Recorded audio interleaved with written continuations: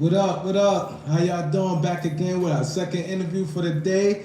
Peace and blessings. Enjoy the weather. Stay safe. Welcome to the Beat 139. I'm Doc. I'm Don Vito. Let's stop the violence in our communities. Let's get together. Let's show love. We need love. But without further ado, we got our second guest. It's one of my favorite people out here in the community. Harlem, Bronx, everywhere. She's everywhere. She goes by the name of Iesha Sekou. How you doing, my love? Peace and blessings. Peace and blessings. Don and Thanks Don. for coming to the show. I know you're real busy out in the community, fighting, working, trying to educate these kids, in a lot of different areas. So how you doing today? One, I'm always grateful to be right here on the air with Beat 139, Don. Good to be here. So give you a lot of love. One, I definitely want to uplift both of you by saying that it's important. The issues that you all have been talking about are important, and particularly the issue of gun violence. Mm-hmm. And when we talk about issues pertaining to directly to our community, and of course how we can problem solve those issues. So I'm always grateful to be present here on the Beat 139. So thanks again for having me. Definitely, because what I can say about you, when there is violence in the black community, you and your team be out there, and that's one of the issues I have with celebrities. Not saying they have to be the voice for the black people, but us as black people support them, put a lot of money in their pocket, but they not using their voice and their platform to even say anything. But if a cop do something, that's when they donate millions of dollars. Mm-hmm. They go in and make sure, like for instance, the George Floyd situation. So many celebrities said something. Oh, we'll boycott the NBA. We're going the black players in the NBA stand together to boycott it. But it seems like it's all right for an innocent kid, a baby. You know how many kids got killed? Do I know? I know you know. I want to make sure our listening audience understands the weight so of many that. kids and people in the crossfire. Guy got hit in the crossfire the other day. Mm-hmm. I think he's 59. And it's like, that's okay. But a cop do something, that's when you want to ban the celebrity have something to say. They will come on, oh, let's talk about this. They'd go on all these platforms, and they just go, oh, F the police and all this, make songs about it.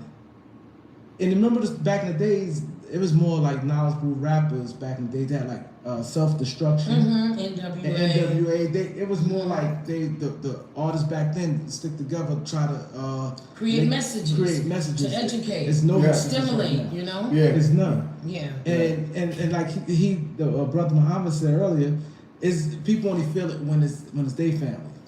But that's one thing I can say about you, because I remember I came to one of your events when the lady got hit. Odessa Sims. That bothered me. All-out call-out for the community. I just was out there. And soon I heard, something said leave. Soon I heard shots. And I went home, and by the time I got home, they said some lady got shot, and I popped up the next day. And it was Miss Odessa Sims. And it was sad. And her husband, man, cool, he a plumber. He done went to my house and fixed it. He said, I'm not the same. He said, I'm done. Well, I can tell you, may God have granted her paradise and accept her soul and forgive her of any of her sins and uplift her family and the community that she helped to build. I want to put that out there. And of course, every time I see her husband, I give him love and light. But I just have to say for the listening audience, Odessa Sims, if you didn't know who she was and the incident that happened, it was I would say almost 4 years ago now. Oh, that long? Damn, time. Yeah, about that. If I'm not exact, right. About 4 years ago, Miss Odessa Sims was doing what she always do at night: sit with her friends, like we gather in our neighborhoods on the stoop, on the corner, wherever it is. She would happen to be in the park, minding her business, playing cards and dominoes with her friends. And there was a young man who was actually chasing someone else. He's now incarcerated. Oh, he got caught? Yeah, it took about a year to catch him. If I remember his name right, the first name is Ibrahim, and he's from an immigrant family. I will say that, and brought disgrace to his family. And that's happening a lot. So that's another issue to talk about. What happens to the kids of immigrant parents who come here to work and their kids go left? Right. And there's a whole bunch of that. I just finished talking with a brother in the Muslim community. We'll be bringing the imams together to begin to talk about violence and how young young immigrant children, and I don't want to just say African because it's not. It's Right. Mexican, it's Dominican. They are coming from a lot of places where their parents come here to work hard, and they're getting caught up. But I just will say where Ms. Odessa Sims is concerned, one, the shooter was apprehended about a year later. It took a year to find, and one of the reasons why is because people believe that they shouldn't tell, and I believe that people should tell. If they kill somebody in your community, your parent, your mother, your uncle, your aunt, the woman who looked out for you, looked out the window, sent you to the store, bought you something, when you didn't have the icy that everybody else had, that's who Miss Odessa Sims was. And so we don't sit back and say, we don't tell, you tell. You tell, because if you don't tell and it could be your mother the next time. So that whole no snitching rule, I proudly stand against that, have and will stand up anywhere and say that.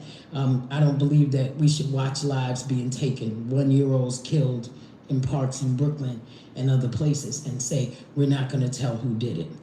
But the night of Miss Odessa's killing, and I have to say this because people don't hear the whole story. They hear she got shot, she was a nice lady, everybody knew her, they give her a nice funeral, put on a nice dress, and everybody said, oh, she looks so beautiful. She didn't even look like she was dead. Well, she is dead, and she won't be coming back. And she left her grandchildren and her daughter.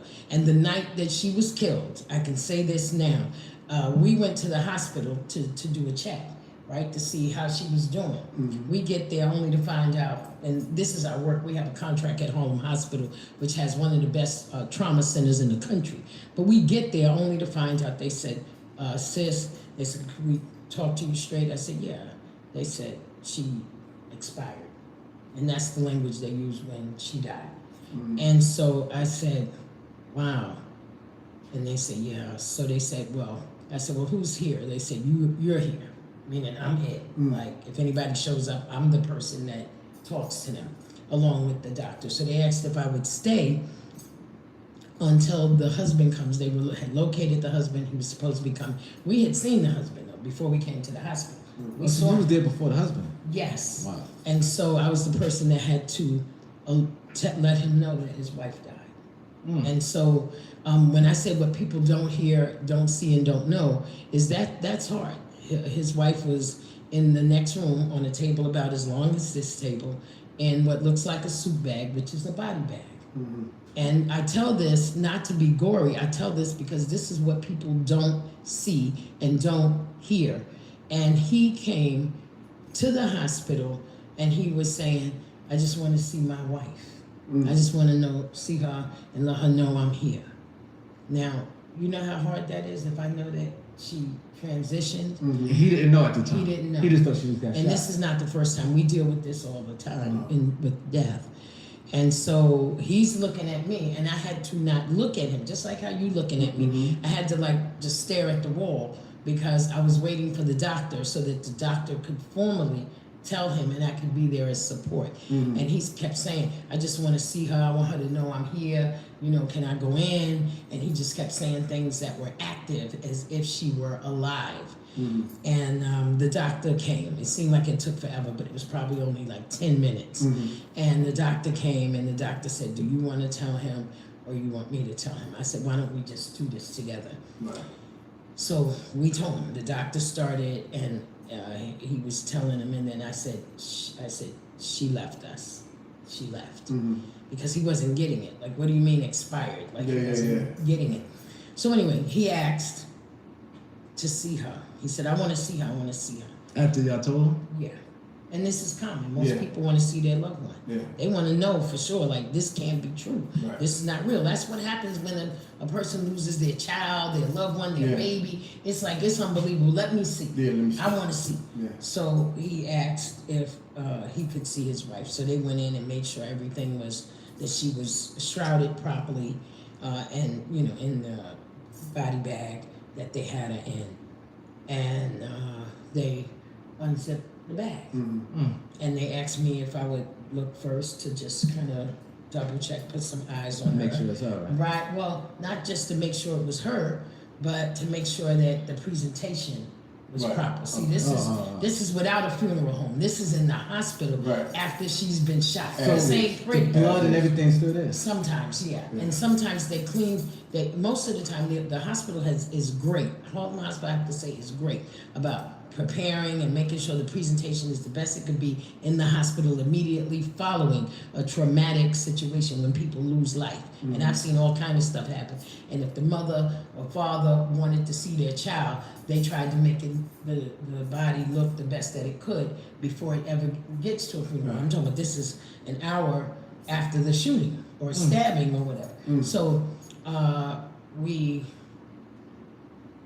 we opened up the bag, and I mean the bag was open. We looked at her, and then he came over and I walked with him to look at her. And I'm saying this because I want people to understand that it's not just the shooting and then the funeral and tags and the Hennessy and the Ciroc and whatever else you drink, and everybody's out there drinking and smoking all night.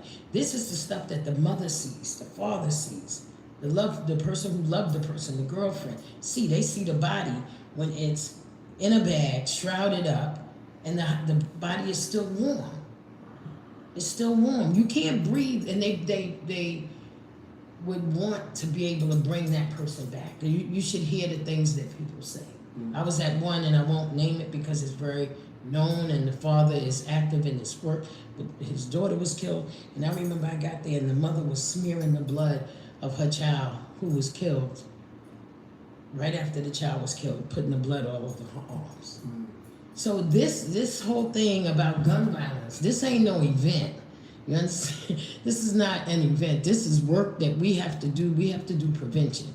Miss Odessa Sims should not have been killed in the neighborhood that she helped to grow and protect. Her husband should not have to go to identify her body and see her shrouded. And meanwhile, her cell phone was ringing. I forgot to tell you, her cell phone was ringing. When he came, they had her stuff on the side. And this is how deep it is, as if her life was still kind of going on. Nobody knew she was dead. Right? I was the person that knew, and the doctor. And her cell phone was ringing, and her children were calling her on her phone. Just regular. They didn't even know she was shot. There you go. So I just want our audience. No, that's important. We want the audience to know that too. And through Miss Odessa's life, through her tragedy, to really get an understanding of what death looks like by gun violence. And so that's, and then her son showed up, and then that was a whole nother thing. And then, he was angry, and, we had to stay and console him after being out there for a long time. And that was not the first shooting that night. That night, between 145th and 135th Street, and even further down, but within our catchment with Street Corner Resources, we were out on the street that night. It was a summer night. It was Harlem Week. I'll never ever forget it because I had a staff person who was on the phone, and I had to go hard on him about getting off the phone because it was so many people in the park. Right there, Colonel Young Park, 143rd, 142nd. There was a big, it was big. It was alcohol packed. party. That's Some alcohol company was giving a party. So it was a lot of people. We had 3 or 4 shootings that same night. And it's crazy. Night, we had to duck behind cars and run in the store because they were shooting on 140th. And that ain't really popping off on the regular. We have a hard you mentioned that because something just happened when we was at the Father's Day thing. Right. Always in that area, man. I mean, and even when I was a cookout and stuff. but even growing up as a kid, that area always had something, to spoil the fun, so to speak. We got basketball games. We having fun. We got the cookout going on. Everybody showing black love, doing us. Kids is running around and here goes somebody. Like the brother Abdul said, it's been going on. Right. It's been going on. I remember it was going on. But it wasn't going on as much. And there was not this disrespect. No, not disrespect. There were some lines about what you do and what you don't do. You don't shoot with the babies out there. You don't just shoot up the elders. Respect all of that. There's no respect and there's no lines. None at all. I think it's more innocent people get hit now more than ever. See, before you get hit, somebody got hit, because he had problems with him. Now it's like you said, so that's like I said, I was out there, but I love how you explain the behind the scenes because I was very interested in how that process goes. Because I've never been through that process. I have family members, but I don't even want to. See I'm that? falling. Well, let me tell you, during the early part of the pandemic, and I have to say this, during the early part of the pandemic, so one, I got to give a heavy duty shout out to Street Corner Resources, the Speak Peace Forward outreach team that's on the street, because we have not been off the street. When this pandemic started, we went even harder. And so we were the first ones in the city of New York to give out masks when masks weren't even mandated. But being out there, I'm just saying the mask is one thing. We were able to see at night what other people didn't see. The streets were quieter. There were few people, but the thing that was the noise was the firecrackers, the heavy duty fireworks that people had. We knew that guns came in with those fireworks from down south. So people were wondering why all of a sudden are we seeing more shooting during the pandemic? Because guns came in with the fireworks. True. Guns came in with the fireworks. They came up the iron pipeline. People turned their head the other way. There were people in neighborhoods who knew. There were kids who said, Miss Iesha, if y'all gonna be over here, I need you to know to watch it back, because everybody over here got guns. You understand? These are young kids, 17, 18, 19 years old. So that's the first point. The other thing is I have to make it known that young people started really becoming more, for some reason, more violent towards each other. Maybe it was fear. And because of all the trauma we have already been through, I heard the brother Hawk talk about us not having the proper guidance in our community, and us being more involved in our communities. When I say us, I'm talking about African American and Latino people being more involved in violence. And I think the uptick, we saw more domestic violence because people who didn't normally live in the same house at the same time, they lived in the house. Right. Maybe you got the couch at night, and I'm out, working at night, so I don't see you. Right? And so it might be 3 or 4 different groups of people living in the same house, but now nobody's working, nobody can be on the street, everybody's in the house together. All day. And now you're beginning to see domestic violence because, and it's not just man to woman, it's brother to brother, sister to sister, all of that is domestic violence. Yes, it and is. then, of course, the violence that happens against the children and anybody else in the house. So during that time, we saw a young woman, we were responding to the hospital. It was our day off on a Monday, and so I don't normally respond to the hospital. I have a team that does. I'm the CEO of the organization. Everybody say, Iesha, you need to stay home, but I don't. I keep my finger on the pulse of what's going on, so I get out in the street on a regular, probably too often. But this particular time, I said, you know what? Let me call who I can on the team, because everybody was off on Monday, and it's a 24/7 response. But I said, let me go to the hospital. They said they had a girl coming in, stab victim. So I go in the hospital, and I call my team, and this girl came in with a knife in her chest. 20 years old. How you come in the hospital with a knife in your chest that's piercing your heart? So that's why I have to tell it like it is. The butcher knife, was piercing her heart.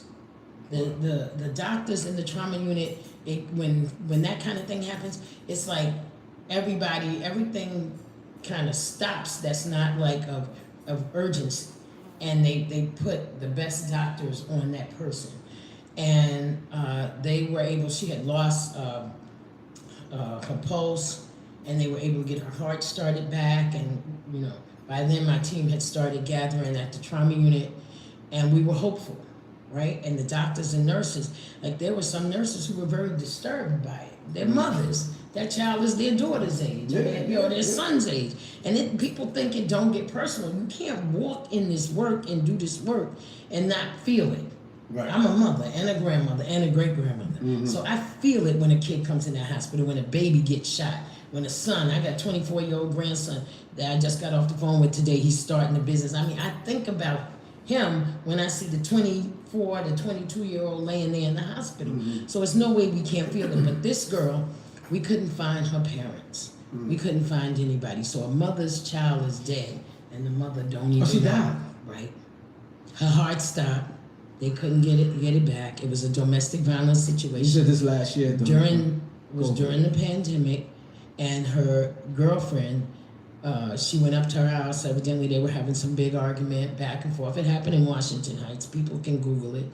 And she opened the door and stabbed her in the chest. The girl walked, and see, what people don't understand is when the person moves, once they've been pierced, once they've been shot, once the bullet or the knife has entered, you have now made a hole where the blood pumps out, and that's what happened. So you said she basically bled out. They tried to bring her back. Yeah. They brought her back, and then she lost life. Right. But the key to this, for me, to this story was that resonates in my mind is that this is a mother's child dead. We couldn't find the mother. The mother did not even know her child was dead. You see said- what I mean? Yeah. That's violence. That's Yeah, what that's- violence is looking like. Yeah. But you know what's crazy? You said something interesting, right? I want to ask because I didn't know that.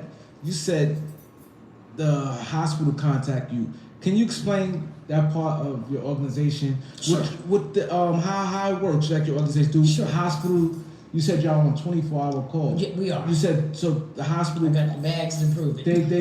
they call you and say this will happen. Everybody calls. So they call for what? Like explain to the audience like why they call you. So let me back up a little bit. So Street Corner Resources is one of the premier cure violence sites here in New York City, and we have been on the ground seriously responding to violence at Harlem Hospital. We also de-escalate and intervene, and the greater part is that we also do prevention, and a lot of people don't know that. There are the shootings that we prevent, the kids that we prevent from becoming gang involved and involved in shootings and things like that, because we provide employment for them, right? And other resources. We get them back in school. We just gave out $500 checks to about 8 kids, maybe 9, that just graduated high school. I would say about 6 of them that never thought they would graduate. Right. And they did that through the pandemic because we kept them, and I don't like to say in a headlock because, but we kept them close to the heart for real. Like they were ours. That's just like you hug a kid real tight and you say, you are not going to lose. That's what we do with them. Right. So with Street Corner Resources, we have a contract. Part of our work is a contract, a hospital responder contract with Harlem Hospital, where we respond to brutal beatings, stabbings, shootings, any acts of domestic violence. We respond. The hospital calls us, pediatrics, as well as the adult trauma unit, and they'll say we have a GSW. A GSW is a gunshot wound. They'll say we have a stabbing. They may have a brutal beating, a BB, brutal beating. And so we assemble a team and we respond. And we get those calls at maybe 10 o'clock at night, and then the team may go back home, and then we get the call again at 1 o'clock in the morning.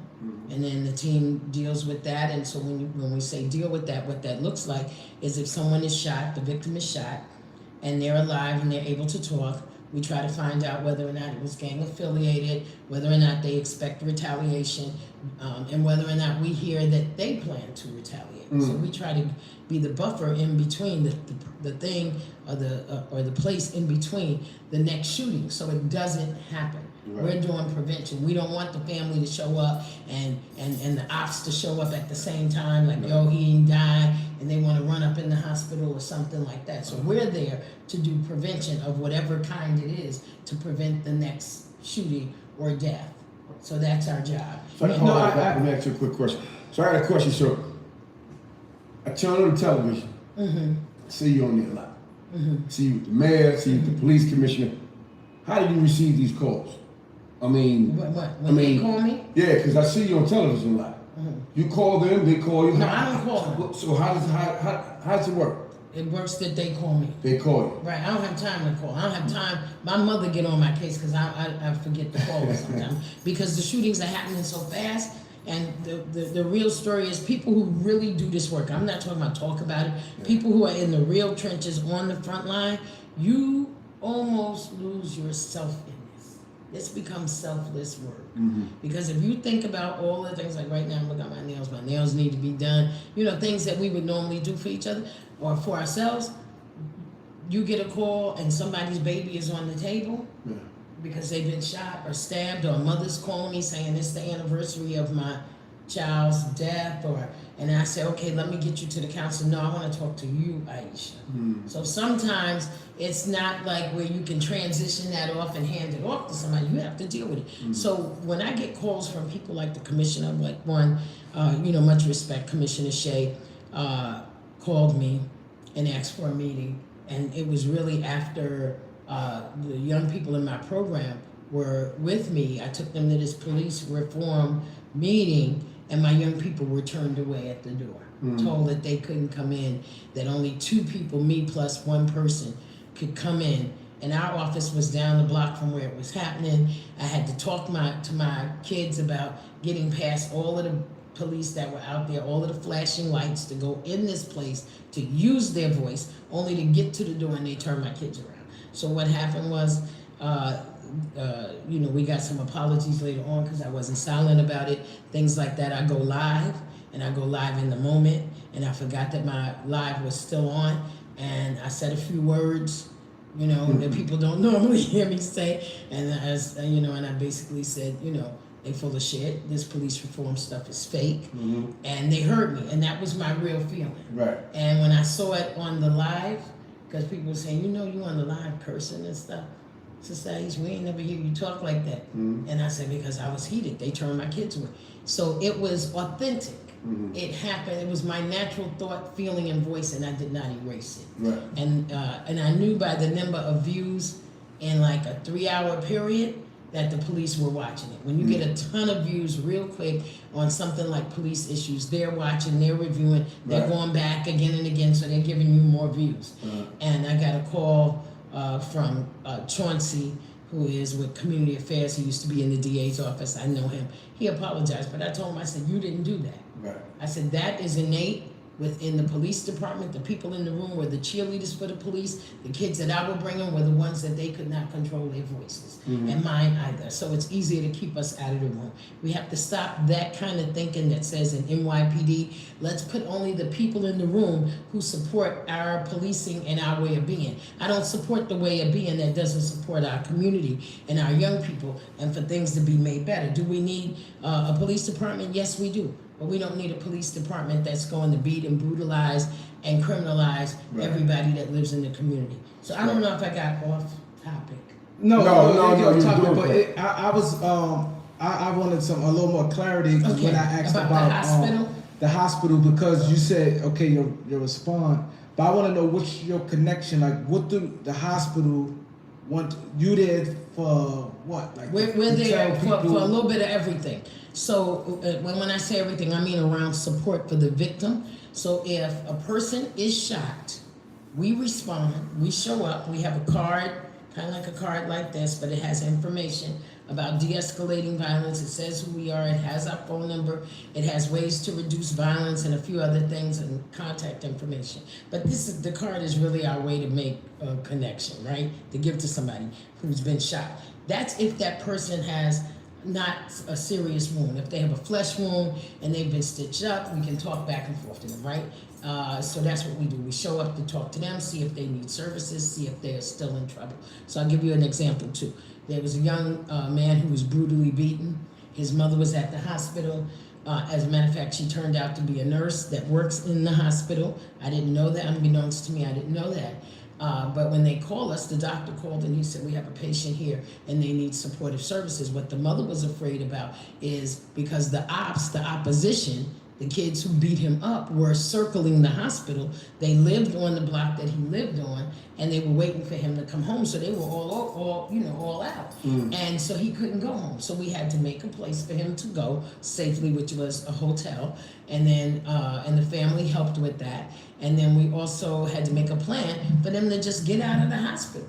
So, I don't want to say what the plan was because we have to use it again and again, but there's a way to go out that doesn't bring you out the front or the side. I'll just say that.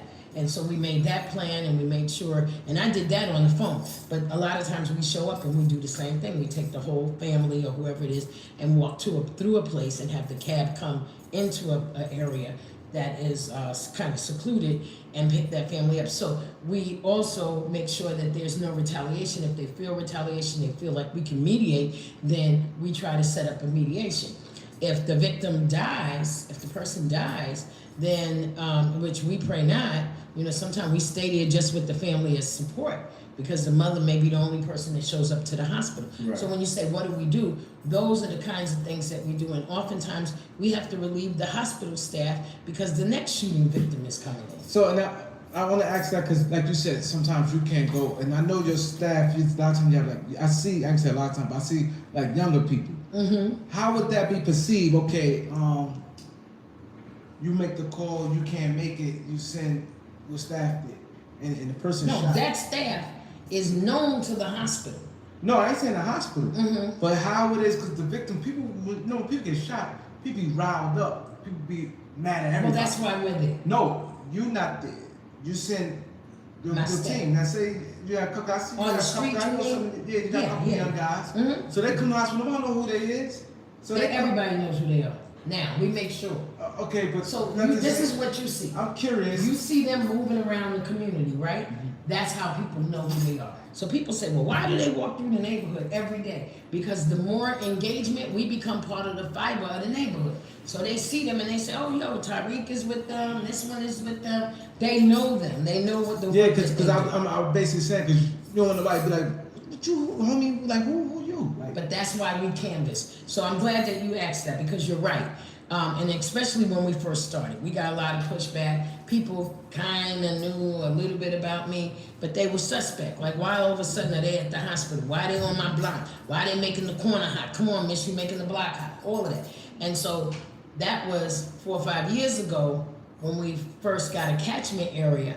But I will tell you, today, before I came here, the thing that was took a little bit of my time and kind of took me off course was because some brothers stopped me on one particular corner that's a hot spot, and I was in the van and they was like, yo, Miss Iesha, I need to talk to you. Before it was like, yo, why don't they get off the block? So that's, you're right.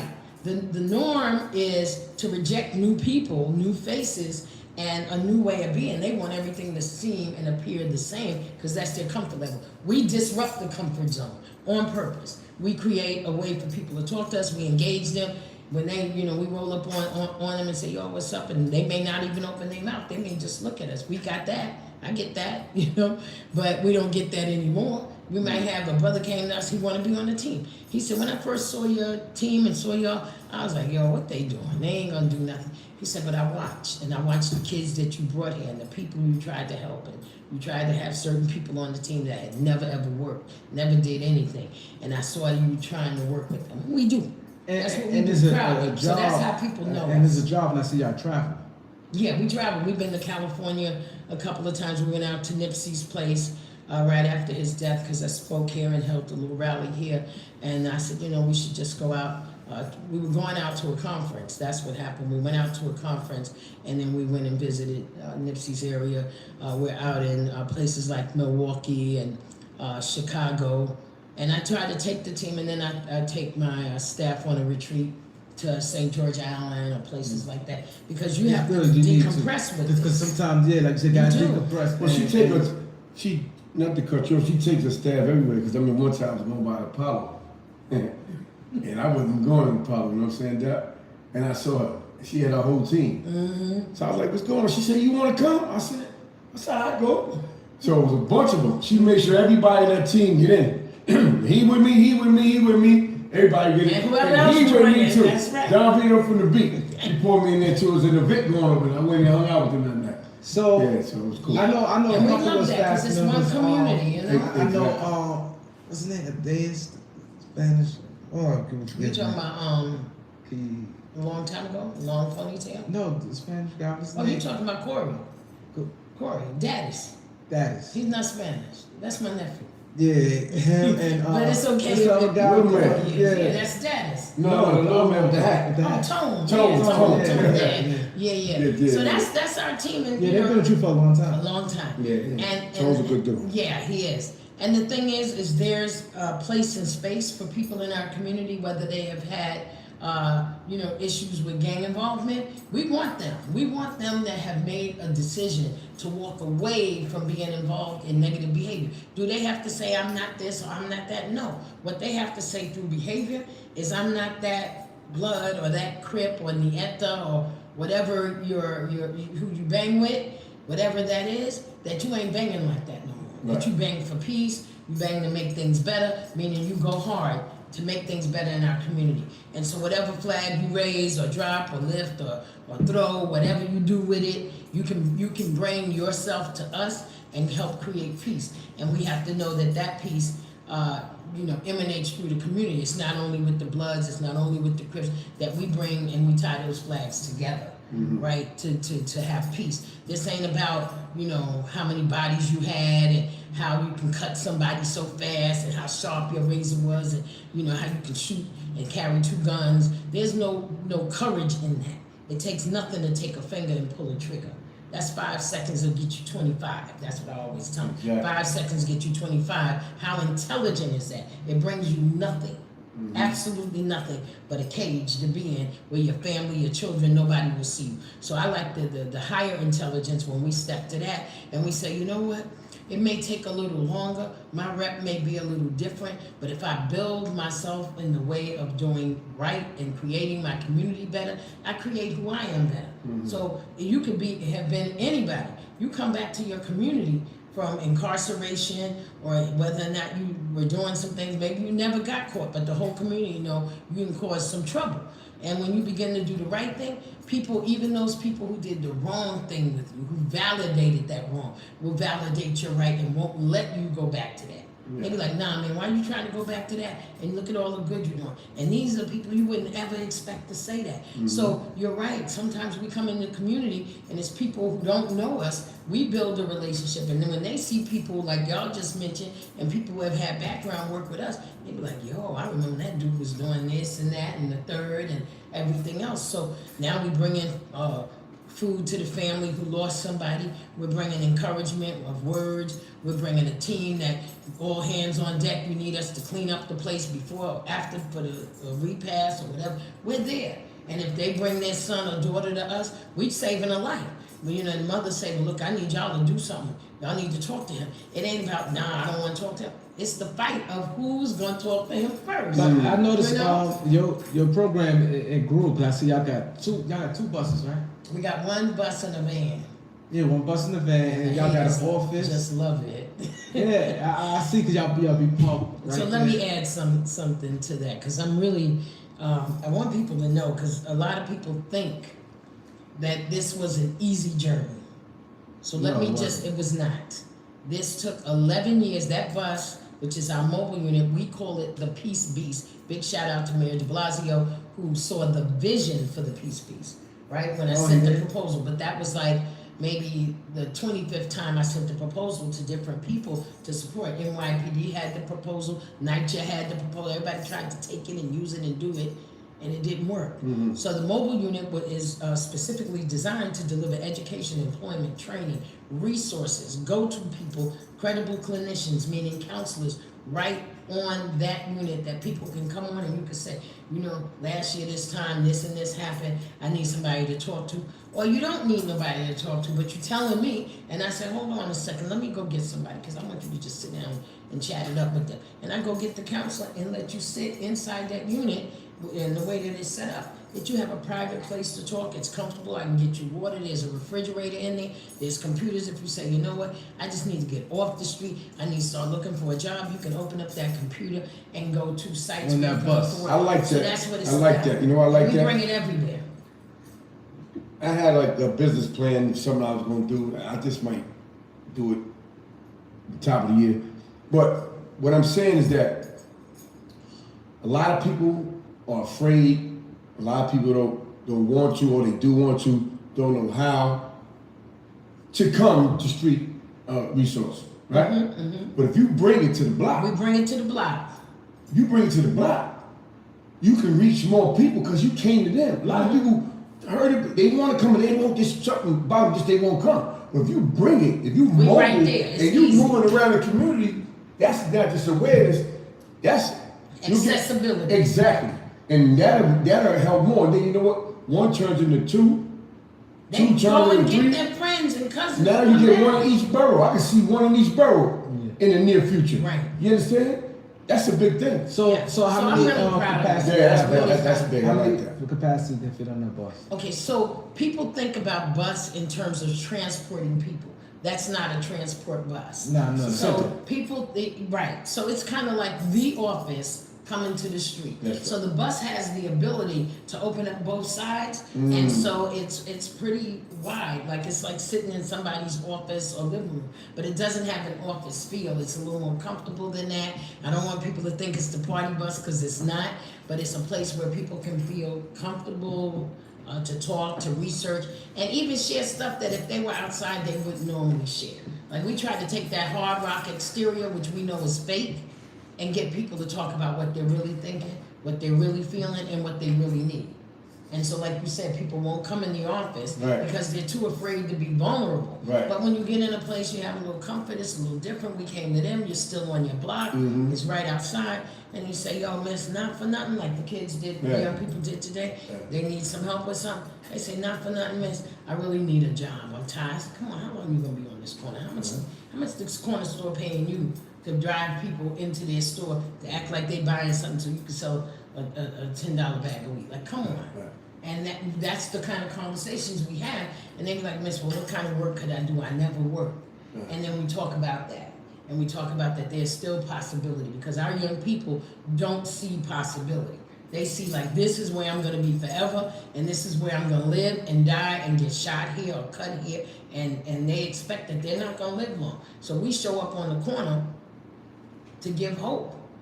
We show up to give hope. Yeah, and I seen and resources to go with it, them. and I'm like, wow, they grown. I saw that the van and the bus. office. So we're opening a new space. We have an administrative office and an enhancement space next door to it. That's where the drugstore used to be. We were just waiting for that drugstore to leave, and they left one day. And I realized why we didn't have that space. I wanted that space right next to our office for the longest. And I kept saying, to the landlord, I said, I really want that space because we got too many kids and we can't put them in an administrative You got a lot office. of kids? Yeah, we got a lot of kids. But this, I got a question because I And know now that something space is the enhancement space, so all their workshops and everything happen there. Our summer youth, y'all should come by there and let them see. I'm gonna come. Yeah, but my thing is this though, right? I know for a fact that working out, fitness and all that relieves stress, relieves tension. It just takes your mindset away from everything. Absolutely. Do y'all have like a fitness program involved with that? So Because that's what I do. But what I'm saying is that my son was in a terrible accident, my middle son, when he was young. Yeah, he had a tube stuck down his throat, and it was a bad sight when I went to the hospital. He's fine now. This was when he was young. Praise be to God. Praise be to God, because he could have died. Yeah, it was serious. My son Everett was serious. He had a big tube. It was crazy. I was crying and everything. I know. So I had to walk the park. Just to get that stress. Yeah, because I couldn't calm down. My family's now let me go. I had to leave and walk the park. I had to walk the park. And the park calmed me down a little bit. I went to the gym and I worked out. When I worked out for like 2 hours, just working out. When I finished working out, man, it brought me down. The workout brought me down. I was relaxed after that. I went back to the hospital. That workout made me like, I'm gonna go see my boy again. You know what I'm saying? I know these kids were more active with exercise and doing different things. It is fun too. Well, that's what we do. It'll bring some of that tension, some of that stress down off of them, and make them think of another way to relieve their tension. Absolutely. Remember we used to go work out, whatever. You mad about something? Go check it out on the weights, man. Check it out on the weights. Don't check it out on the weights. Check it out on the weights. We're gonna re-implement our boxing. We were doing boxing during the pandemic to give young people a way to just kind of get the stress off. So we would take them.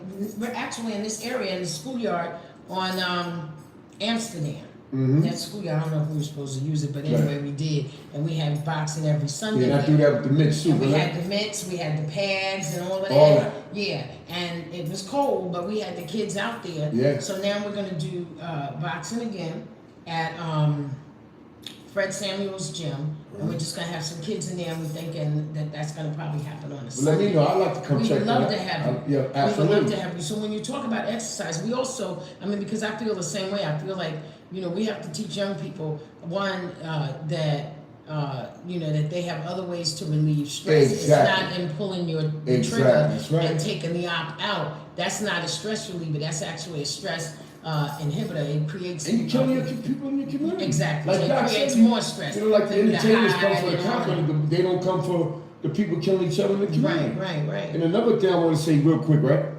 Because I was incarcerated. And certain jails would say they're going to take away all the weights.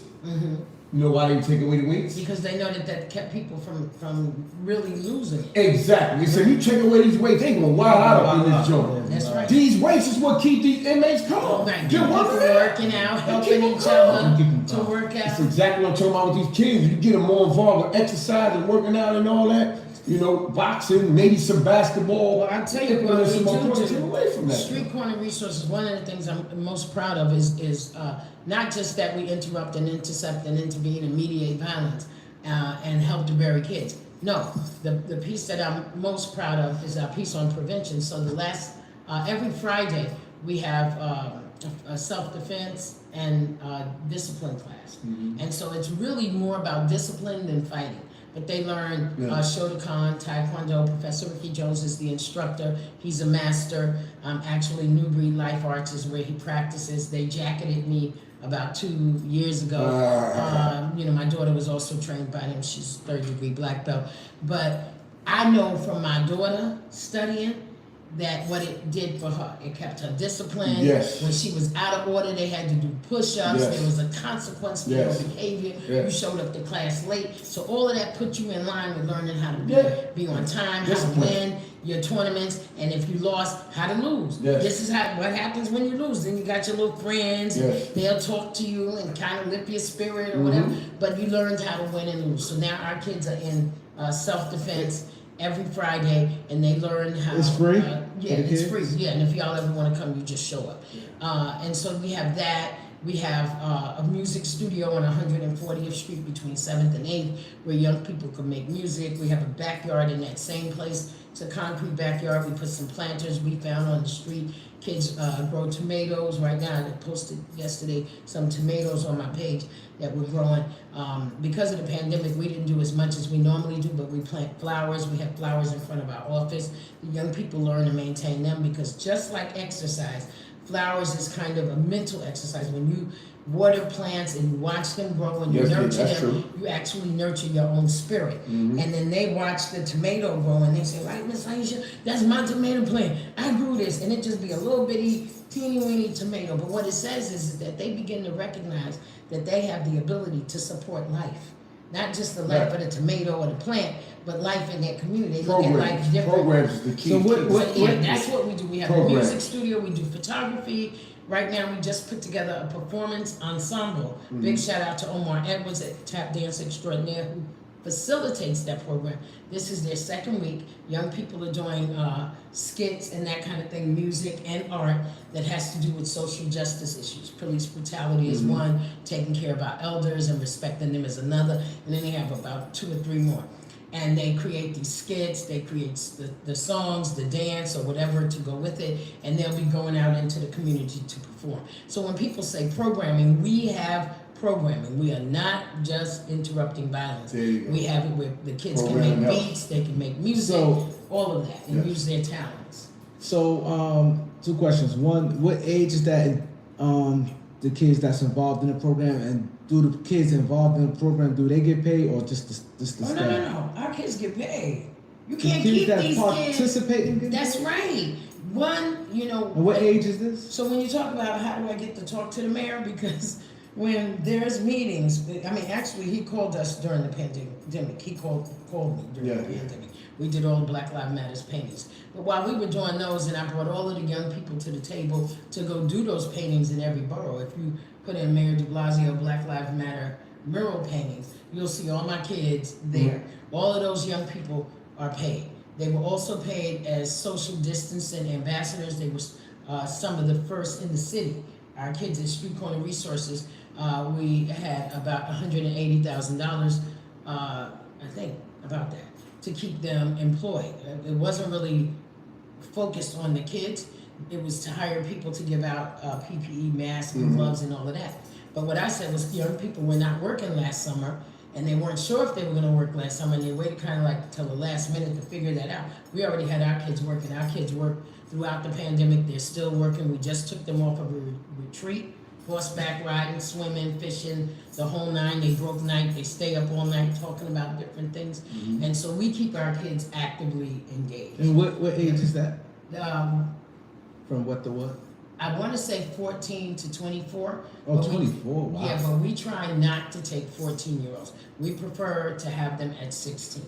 But once in a while, we get a mother that say, please take my 15-year-old, and we don't turn them away. So 16, 24. So when y'all go on trips, you say it's a lot. How y'all get this? When y'all get like public transportation?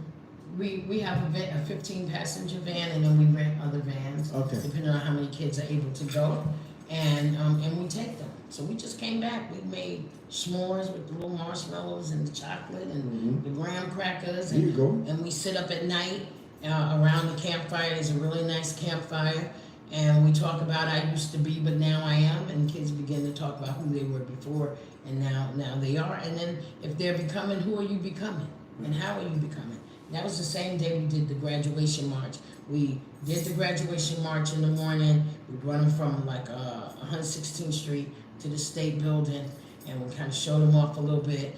And then we went to our space. We pulled out the podium, you know, with the big sign that say Street Corner Resources, and made it look official in front of our office, and we gave them $500 checks, those who have achieved graduation. We had other kids there so that they could see you could do this too. Yeah. And then we got on the bus, everybody had their bags and everything, and we got in our vans and stuff, and we went upstate and chilled.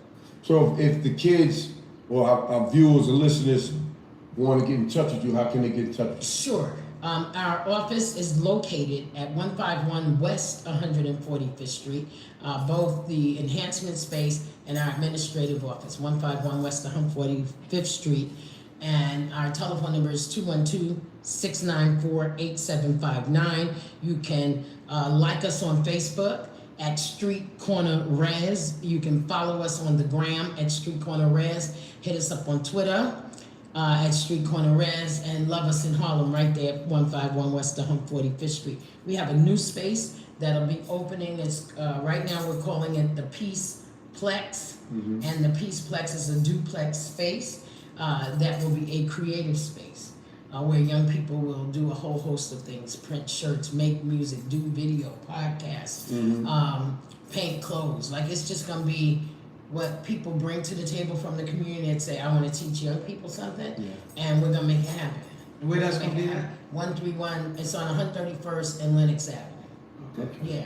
Yeah. So, So- we'll invite you guys to the opening. Yeah, please do, because Now come and hang out with us a little bit. we can hang out. You know, we can assist you guys with the podcast. Like you said, That would some be media wonderful. stuff, some camera work stuff, some marketing stuff, Right. and also the fitness. Oh, great. And Okay. also teach them how to be entrepreneurs. Yes. You know, Doc got a couple of companies. I got a couple of companies, and we can give back. We want to. So that's We want what to give back. need. That's what I'm We saying. need that. You know, I got a strong urge. Me, I can say it, and I believe he does too.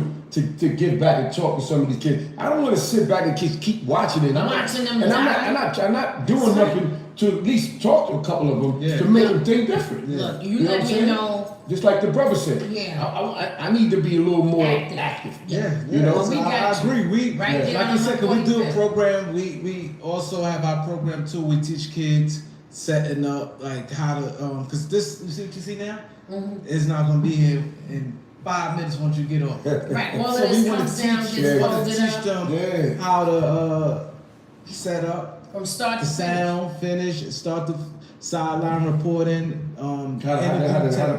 How to be on camera, how to Yeah. talk, all the Techniques. intangibles. So, all right, so we need this because I bought some equipment. I have some of this, right? And you know, I don't know a lot about this stuff. The kids know more than me. And they tell me, Miss Iesha, order this, or we need to get this. So I'm hoping I got all the right stuff. And I ordered some other thing. But I need you guys to come and help us. So to- call us when you get everything there, and we'll show you how to Yeah, do and it. if there's anything I don't have, like I want to order these because you know. Okay, it's- I know. Yeah, I you got can the see that. street corner. Oh, Yeah, yeah, exactly. yeah. So, all we're trying to do at Street Corner Resources is give young people an opportunity to see possibility, There we go. right? That, you know, my mother used to have us in like all different kind of things. I used to hate some of the things, like why she got us marching Same here. with signs, Yeah. and why we got to sit in, and why we got to make us sing and say poetry and all this. But I'm glad because I wouldn't be able to sit here and be able to speak and do some of the things that I do and be confident about being an activist and standing on purpose and staying in my place of where I think that what I'm doing is correct. I learned that. Yeah. I learned that. So we're teaching young people that there's possibility. You don't have to love it. Try it. See if you like it. And even if you don't like it, learn how to do it, because you're going to need to know some things, even if it's just for survival. Like they may do a show because it's for survival. It may not be that's what they want to do, but that's where they're going to make money, or help to set up, or clean up a space, or go out and speak, learn how to public speak. When I didn't have money, I was speaking, everywhere, and people pay me to speak. I used to get in trouble in school. She talked too much, and so now I laugh just like that. Yeah, exactly. People pay me to speak. But anyway, I'll stop. Street Corner Resources, 151 West 145th Street. Hit us up on the gram at Street Corner Res. Like us on Facebook and love us in Harlem. I want to say one thing before we go off, right? All that stuff you just mentioned, I gotta salute my mother, right? That's right. I gotta salute my mother. I'm gonna say why I gotta salute my mother. That's right. Because I used to get mad at my mother. My mother stayed on my ass. My mother had me I was programmed to death. From karate, Everything. track and field, wiffle ball. They had wiffle ball back then. Wiffle ball, stick ball, to the cadets. I was in the marching band, yo man, everything. She 123rd PAL. She had me in every program in the world just to keep me out of the trouble. Just to keep me out of trouble. She didn't want her son to get in trouble. The troubles I got as an adult, because I decided to want to do my numbers in the streets. But as a kid, I didn't get in no trouble because my mother was always on my back. That's right. And that's what we need again. Exactly. Right? And because of the programs, man, the programs, you ain't got time. You ain't got time to get in no trouble. And then they gonna call your mother if you don't show up. Exactly. So trying to dump the program. So I got you made me think. I got a shout out to my mother. Yes. Thank you for coming to the show. Thank you for having me. Yeah, but it's some very good information. And we want y'all to they can contact us. Contact Street Corner Resources. Iesha Sekou. And just tell them what podcast show you're on right now. Right now I'm here at The Beat 139, right here on the air. Thank you, Don and Doc. I appreciate being here. Peace. Here it is. Good show. Good show. Y'all able to handle she talked to